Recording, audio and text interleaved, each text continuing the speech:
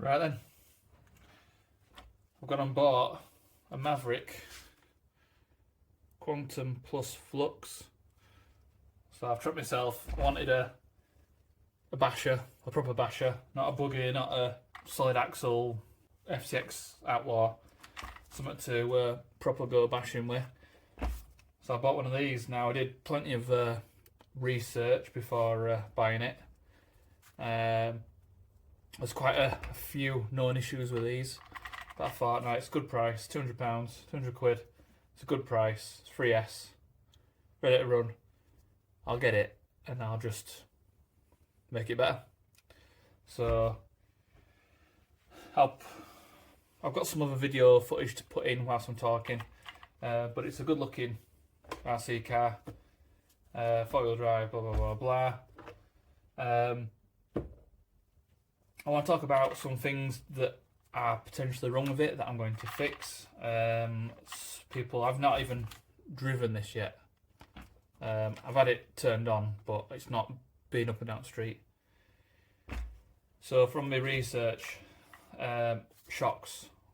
Someone mentioned the oil's too thick, and that is a definite yes. So with a battery in it, it's just solid. The oil is just way too thick. I've got some footage of it dropping it on bench, so I'll put that in now.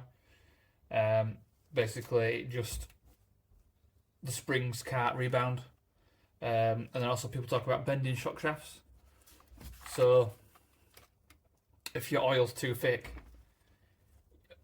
the piston inside the shock can't compress, so all that stress goes somewhere, and it could go to the shock shaft, to the suspension arms.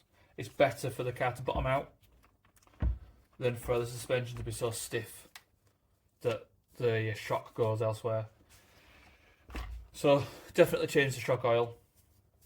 One thing I've noticed on mine, which I've got a video, is that when it bottoms out, the shock is nowhere near bottoming out. You've got, like, let's say a quarter of the travel of the shock is not being used. So I've got a solution for that, which I'll talk in a minute. Also, the downstroke, there's barely any downstroke, so I've got a solution for that as well. So the shocks, axles, bending the axles in the wheel. So not these axles, but the axle where the hex is. So I'll get some footage and I'll put it in whilst I'm talking. But basically, the axle comes through the hub, and then there's this washer, and then there's the hex, and then there's the wheel and the nut. And where the washer is, people say that's a weak point. It's like a bend point. So I've got a solution for that. I'm going to take the washer out and fit a bigger washer, and also grind the hex flat on the back. Chassis flex, difficult one to show you, but if you grab either end and hold the diffs, you can literally bend it in half. You can see that there. And I've seen some people do jumps with these, and they've done a jump and they've bent the front drive shaft, like proper bent the front drive shaft. So that's just all the flex. So I've got a solution for that. Diffs. So supposedly these don't have oil in, or very little oil. So I'm going to pull the diffs off, and I'm going to be a cheapskate. I've got some really thick, expensive grease. So I'm going to pack, because this has got a middle differential for the motor, and diffs, in a nutshell, they send the power to the wheel with the least grip, which is rubbish. So I've seen loads of videos of these where the people go up and down the street and oh yeah, it's super drivable, easy to drive, great. But then you see the front wheels are spinning and ballooning, and the back wheels haven't been doing all, and that's a diff sending all the power to the front. So I'm going to pack the middle diff with shitloads of grease, like really pack it in, and that should hopefully stop it slipping as much, so more power goes to the back. I might lightly grease the front diff and then chuck a load of grease in the rear diff because I want that to be locked so it skids more. That's just the way I like it. So that's the diffs. Last thing, motor flex, which I'll try and show you. But you can put your thumb on it and you can literally, if I see that, just the whole assembly just flexes. And that's partially because you've got an aluminium motor mount, which you can't quite see, aluminium motor mount, and the rest of it's just all plastic. So I've got a solution for that. So that's the car. That's the things I'm going to fix. Right. Moving on then. What have we got? So I've jumped on the CAD, jumped on the 3D printer. We have a motor bracket. Call it motor bracket, and that just slots under the motor. Slots under the motor. It's just a snug fit, a nice tight fit. I might put a bit of glue on it, and that just stops all that flex. Really simple. I mean, that flex might be fine, but I'd rather be safe than sorry. So just to stop that flex, little motor mount. That's the first mod. To sort out the shocks, change the oil. I've gone for 350 CST, which I've probably gone to the other extreme. This is probably too thin.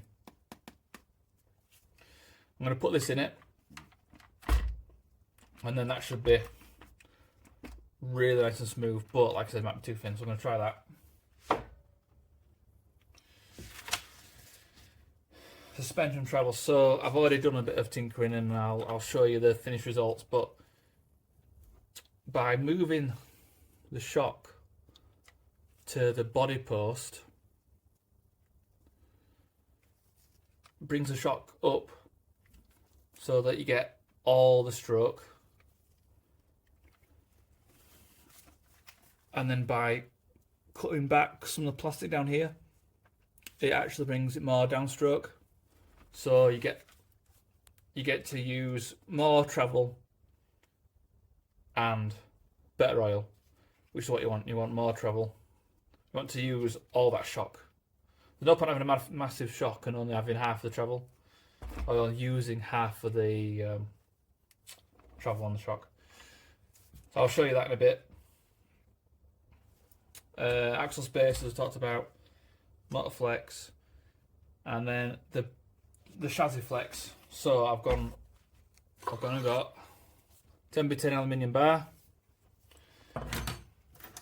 I've 3D printed a front and rear brace for the shock towers, which I'll show you later on. This video's gonna be a long video, sorry guys. So this piece sits on the front. I've get some extra video of this. Sits on the front. And I've got another one of these for the back of the front shock tower. Okay.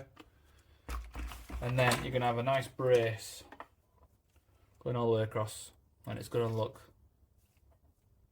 proper. It's gonna look like a factory. And then I've also got some body protectors. So I forgot to mention, the body seems very flimsy. So I've got some drywall tape, some silicone, glued all that in there. And then this piece here is going to be bolted to the top. And then this piece, this tiny piece, is going to be bolted to the front. And then when the car rolls over, which is going to roll over many times, these bits touch the floor. The body shell, in theory, doesn't. And these bits are sacrificial. So I'll just print more and more and more. And hopefully the body will last quite a while. Right, so that's enough jabbering on. What's that, 9 minutes now? What I might do is, I might leave this as one video, put this out there, and then do the next video. So yeah, a few things that I want to tinker. Bear in mind, I've never even driven this, so I might be talking a lot of shit, but I'm only going to make it better, not worse. So yeah, thanks for watching that 10-minute video. We're going to crack on with that, and then in the next video we'll just change all the bits, and then I'll show you what I've done. So we'll catch you in a bit.